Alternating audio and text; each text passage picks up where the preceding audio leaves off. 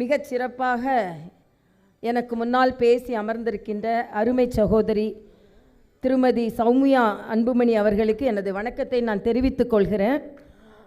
நாங்கள் 2 பேரும் அடிக்கடி நினைப்பதுண்டு, தமிழகம் 2 நல்ல பாராளுமன்ற உறுப்பினர்களை இழந்து விட்டது அப்படின்னு. ஆனால் இன்றைக்கி சகோதரி சௌமியா அவர்கள் பேசும்பொழுது நான் ஒன்று நினச்சேன்னா, பாராளுமன்ற உறுப்பினரை மட்டும் இழக்கவில்லை, தமிழகம் ஒரு நல்ல ரயில்வே அமைச்சரையும் இழந்து விட்டது. அந்த அளவிற்கு மிக அழகாக ரயில்வே திட்டங்களை பற்றி மிக அழகாக அவர்கள் எடுத்து கூறினார்கள். அதனால் இப்போது இழப்பு யாருக்கு என்று தமிழக மக்கள் புரிந்து கொள்வார்கள்.